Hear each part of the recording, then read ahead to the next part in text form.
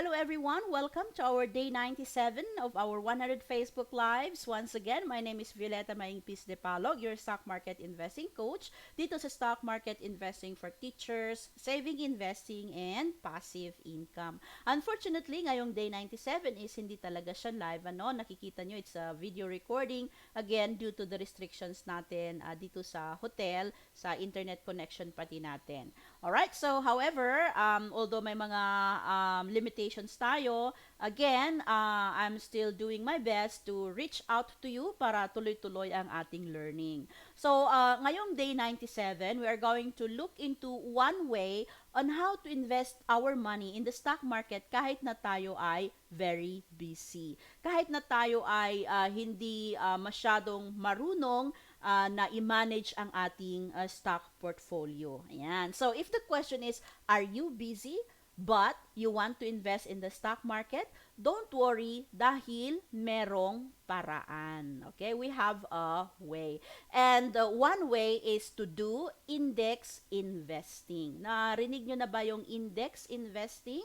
Okay, so I guess naririnig ninyo yung PSEI or Philippine Stock Exchange Index. So, before kong ipakita yung mga next slide natin para maunawahan natin ano ba itong index investing, titignan muna natin ano ba ang index. Yan, ano ba yung PSEI? Okay, so burahin ko muna ito ha para maintindihan natin lahat. Lalong-lalo na yung mga newbies, yung mga bago. Siyempre, yung mga matagal nang nasa stock market, alam na nila ito. Okay? So, the index or the PSEI. Okay? So, the PSEI. Ang sinasabi or ang sabi, ang PSEI is the barometer of the economy of a country or of the Philippines. So, dahil yung PSEI ay binubuo ng top 30 companies, okay, binubuo siya ng top 30 companies sa stock market. So, dahil mga top 30 companies sila yung mga malalaki, matatatag, at established companies na sa Philippines. Ayan. So, ito ini-screen ito no ng stock market. Ini-screen nila ito. I guess every 6 months nire-review nila kung ang isang company ay still considered as one of the top 30 companies. Ayan, okay?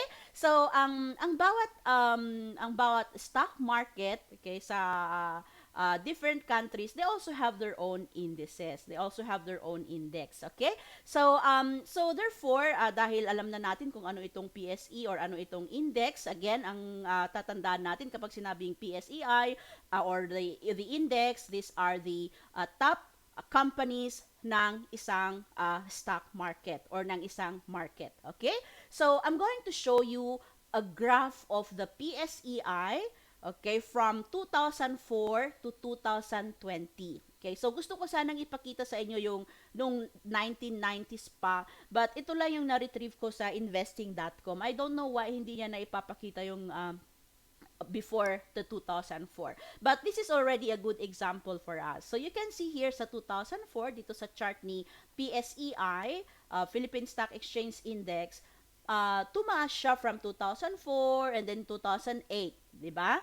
And then makikita nyo dito sa chart from 2008, bumaba siya, and then nung 2009, nag-start ulit siyang tumaas. And then gradually na tumaas. And then, makikita natin dito, nung 2013, medyo bumaba ng konti, pero patuloy siyang tumaas, bumaba ng konti ulit nung 2016, tumaas, baba ng konti. Pero makikita ninyo dito sa journey ng PSEI, kahit na may mga pagbaba along the way, tuloy-tuloy pa rin siya sa pag-akyat. You can see that it's still in an up trend after several years. Di po ba? So, bakit nga ba bumaba nung 2008? Matatandaan ko, meron tayong financial crisis dito nung 2008. But still, it goes up after that. Okay, nag-rebound siya. Now, sabi ko kanina, different countries also have their own indices. So, tignan naman natin yung index ng Indonesia. Ayan. So, makikita ninyo dito sa index ni Indonesia, pareho din yung pattern, katulad nung sa atin. Tumaas, bumaba, tumaas, baba, konti, taas, taas, taas. Di po ba? Makikita natin dyan, it still gradually goes up. Napili ko pala si Indonesia kasi at this moment, si Philippines at Indonesia, siya pa rin ang may pinakamataas na cases ng COVID-19. So, parang naisip ko maganda siyang i-compare because they both are having the same problems at this moment. Yun lang. And then, makita naman natin dun sa chart natin, nakita natin dito yung pagbaba niya and then yung unti-unting pagtaas din. Yan. So, dalawa na ang indices yung nakita natin. Tignan naman natin ang Hong Kong, ang stock market ng Hong Kong, yung kanilang index. So, pareho, may mga ups and downs, and dito, napakataas nga dito noong 2009. However, kahit na may mga ups and downs siya along the way, still makikita natin, tumataas din siya, going up. Pareho ng pattern sa Philippines and Indonesia. O, tingnan naman natin sa US. Okay, tingnan naman natin sa US, yung kanilang Dow Jones. So, makikita ninyo dito, taas, baba, taas, and still going up. See? Nakikita natin sa mga indices na nakita natin, yung mga examples natin, they are still going up. Okay? However, syempre, kung gusto mong manalo dito sa index investing, you have to put your money there for a long time period. Okay? Syempre, kapag ilagay mo dyan ng 1 year, 1 year, wala mo nang masyadong malaking galawan yung index sa 1 year. So, ganun din sa Philippines, diba? Nakita ninyo, 2004, 2005, walang masyadong nangyari, walang masyadong action. Then, until 2008, malaki yung action na nakita natin. Di po ba? From 2010 up to 2020. Yan. Alright. So, because of that, I believe in index investing. Okay, that's why I also invest some of my money in index fund. Ayan. So, ano-ano nga ba yung mga index fund na pagpipilian natin?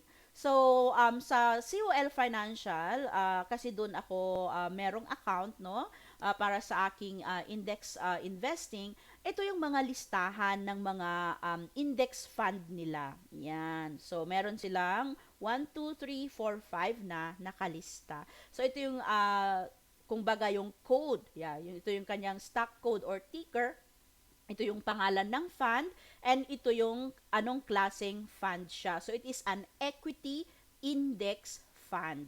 And ito din yung mga providers. Okay? Ito yung mga provider ng fund na yan. Okay? Mutual fund provider. So, makikita ninyo dito, naka-highlight ng yellow, yung mga index fund. Pero sa taas, may nakalagay na equity index. Okay? So, ano ang pagkakaiba ng equity index at index fund? Si equity index at saka si index fund, parehong yung pera na ilalagay natin dito, parehong ipapasok sa stock market.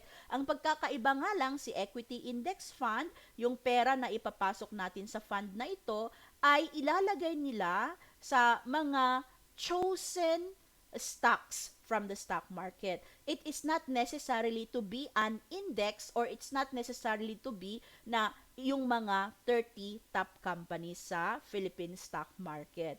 Pero yung equity index, yung mga nakalagay dito sa fund na yan, are the top 30 companies sa stock market. Yun lang naman ang pagkakaiba nila.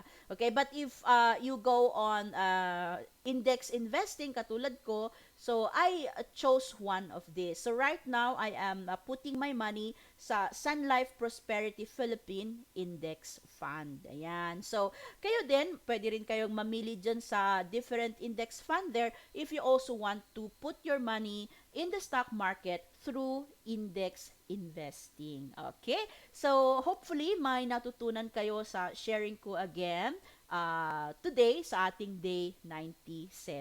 Ayan. So, again, these are mutual fund. Ano po? These are mutual fund products na makukuha natin through the different mutual fund providers. And dahil mutual fund po sila, hindi po sila traded everyday. Anong ibig kong sabihin? Hindi natin sila iti-trade na parang isang stocks na pwede nating bilhin ngayon at ibebenta natin mamaya, parang yung trading na ginagawa natin sa mga individual stocks natin. That's why this is appropriate para sa mga taong busy na hindi nila masyadong mababantayan ang kanilang mga stocks. Ito ay appropriate sa mga taong hindi pa masyadong marunong kung paano nila i-manage yung kanilang stock market portfolio dahil yung kanilang pera ay iminamanage na ng mga expert dito sa uh, investing na ito. Ayan. Pero syempre